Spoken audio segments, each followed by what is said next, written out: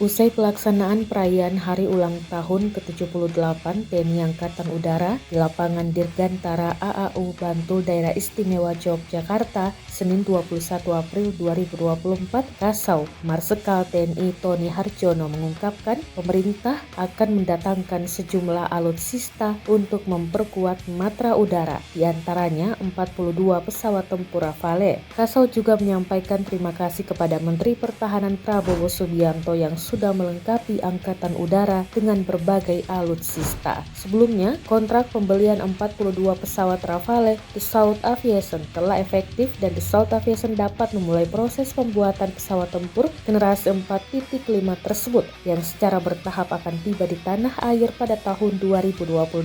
Rafale merupakan pesawat tempur canggih generasi 4.5 yang menjadi salah satu pesawat andalan negara-negara anggota NATO. Rafale termasuk dalam kategori pesawat Omnirol sehingga mampu melakukan berbagai jenis misi, mulai dari superioritas udara dan pertahanan udara, dukungan udara jarak dekat, serangan indep, pengintaian udara, dan serangan anti kapal. Kelebihan Rafale lainnya adalah kompatibilitasnya dengan berbagai macam persenjataan seperti rudal udara ke udara jarak jauh, Beyond Visual Range, Meteor, dan Mika. Berbagai jenis persenjataan lain juga bisa dipasang pada pesawat tempur Rafale seperti rudal stand-off jarak jauh, rudal anti kapal, bomber pemandu laser, bom klasik tanpa pemandu, dan meriam internal yang mampu memuntahkan 2.500 peluru per menit. Pesawat Rafale pertama akan tiba di Indonesia pada awal tahun 2026. Kedatangan pesawat tempur Rafale beserta persenjataan dan perangkat pendukungnya dalam beberapa tahun mendatang diharapkan akan meningkatkan kekuatan dan kesiapan TNI Angkatan Udara secara signifikan dalam menjaga kedaulatan negara di udara.